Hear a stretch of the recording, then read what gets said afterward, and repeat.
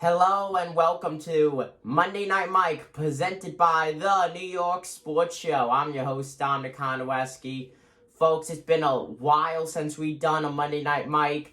On the line, calling in, we have Gary Spinetto. Gary, hello and welcome to Monday Night Mike. Hi, Dominic. How are we doing this evening? I'm doing good. How are you? I'm doing good. We're going to watch the Yankees in about an hour. Yeah, Yankee game is going to be starting soon, and oh boy, how interesting will it be. Yankees come into this game with a 22-18 win-loss record. Now, it seems like they're just picking up things, which is great for them, but they had a very, very horrible month of April. What do you have to say about that?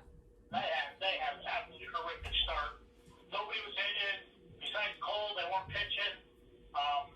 It was just a mess to start the year. Yeah, it really was. Ronaldo season came around, and then Stan does Stanton and goes and gets hurt. So, we'll see him in 2 months. Yeah, it was just announced earlier today, actually, that Giancarlo Stanton will be on the 10-day injury list, so hopefully he's back soon. But that's the biggest thing, and the Yankees have dealt with injuries for the past several years now, especially with their big players. You know, like you said, Stanton, he finally starts hitting, and now he is out. Now, the Yankees are going up against the Texas Rangers tonight at 8:05 p.m. Eastern Standard Time. Overall, it will be a very interesting game. Over the last several seasons, we have seen the Yankees dominate the Rangers, so this could be a nice series sweep.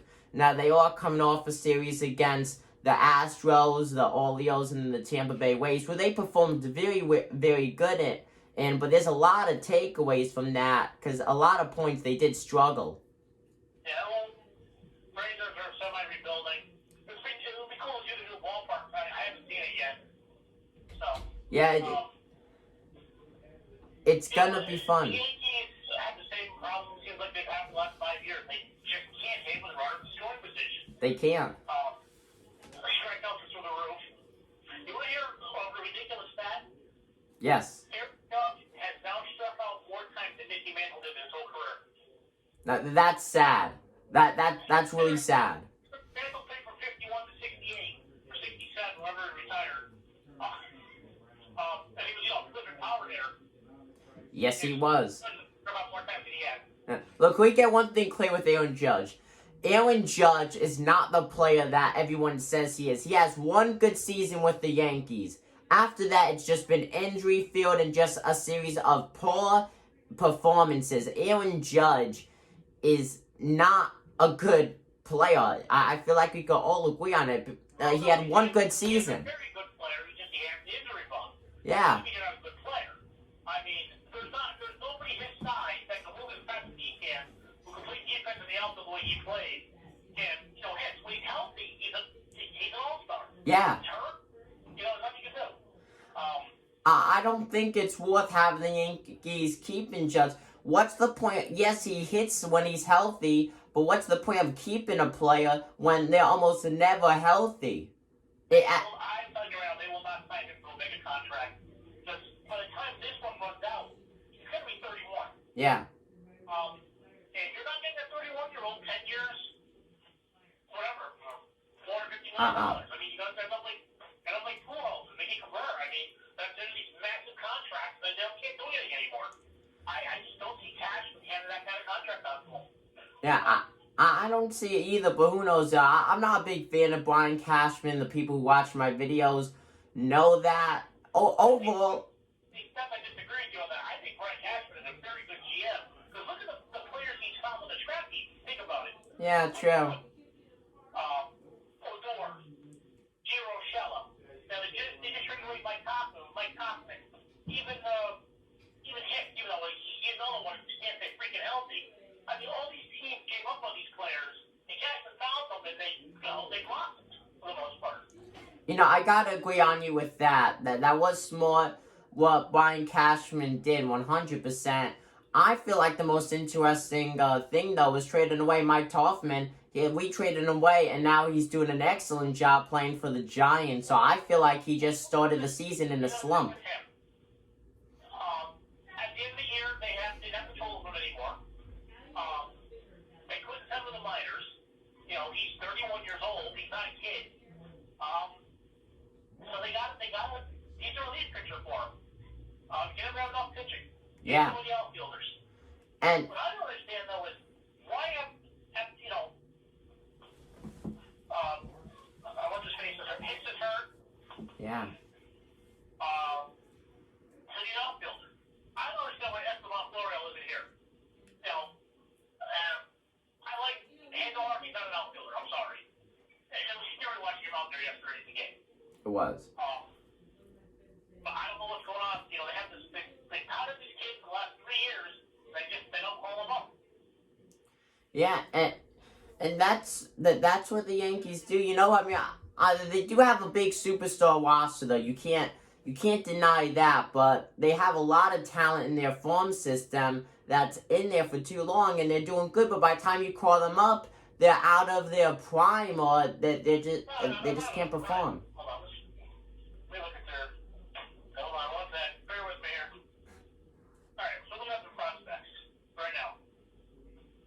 The best one is Jason Dominguez. He's 18. He ain't going anywhere. Yeah, You know, he's young. then, Clark Schmidt, pitcher. Debbie Garcia, pitcher. Oswald, I can't pronounce his last name. Young. He won't. They're saying projected won't be the minor majors until 2023. You know, and it's just they have a really good catcher in the minors. You know. I think Kyle Higashioka is going to be the starting catcher mainly this season. Gary Sanchez, yes, he's hit a few home runs as of recently, but Kyle Higashioka, and this is a fact, pitchers have a lower ERA when they are pitching to Kyle Higashioka. Well, as everybody sees how Kyle's playing for, what happened? He gets exposed. Everybody knows he can't hit the curveball. That's what everybody throws him. Yeah. You know, you got to adjust. Is Kyle Higashioka the answer catcher? No. No. Is he No. a good 2 or 3 day guy? Yes. Yeah, 100%, yes. Well, can you run into a fastball? Yes. Is he ever going to hit for high average? No. He can't hit the breaking stuff. That's why he's a 26-year-old minor leaguer, you know, for the most part. Yeah. Yeah, he spent almost the whole chunk of his MLB career mainly in the minors, which is sad, but it of course it's hard to adjust, but that guy just cannot adjust. Well, it's just he always is a defensive catcher with a run into a fastball. Yeah. I don't know what to do, Gary Sanchez. It's absolutely just miserable at this point. You know, he's not a great catcher. He's not hitting at all. He hits some home runs. But I DHing. Higashioka Sanchez DHing because they have no bodies right now. So, you know, and then the pitching too.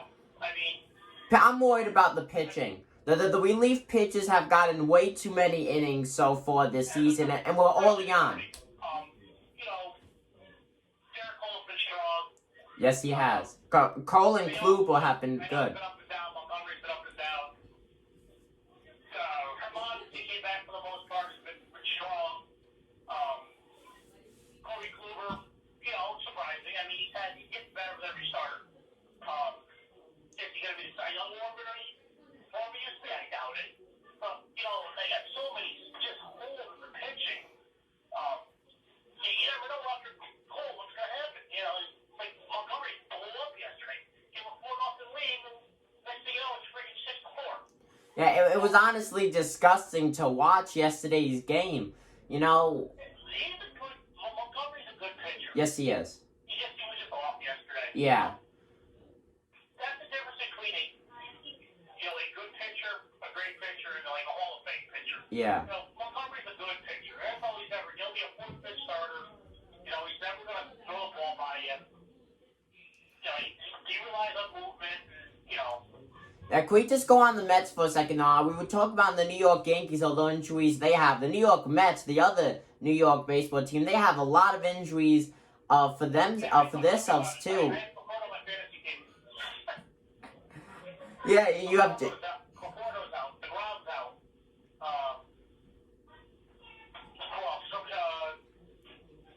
Yeah. I'm sorry, I'm not the biggest Mets fan. Yes, say with me. I'm pretty sure Pete Alonso is out too.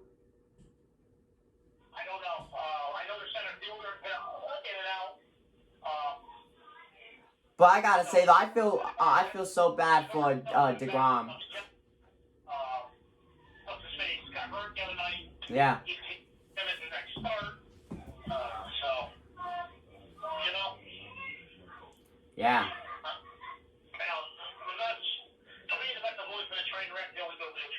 Yeah, they're never going to be the team of New York. Never. The Yankees will always have that title. Yeah. So, but the Yankees are plugging along, you know. They're going to hit their home runs. They're going to bash up weak pitching. Yeah. We'll see what happens. They'll get their 90 to 100 wins, go to the playoffs, and probably lose in the second round like usual. Now, do you think the Yankees, what do you think is the biggest thing stopping the Yankees from being the team to beat right now in baseball? Because when you look at their stats, it's embarrassing. Right. The biggest problem is for two homes run happy, and they don't get enough hits and runners in scoring position. Exactly. They swing for the fences and not for base hits. At the end of the day, base hits matter more than home runs.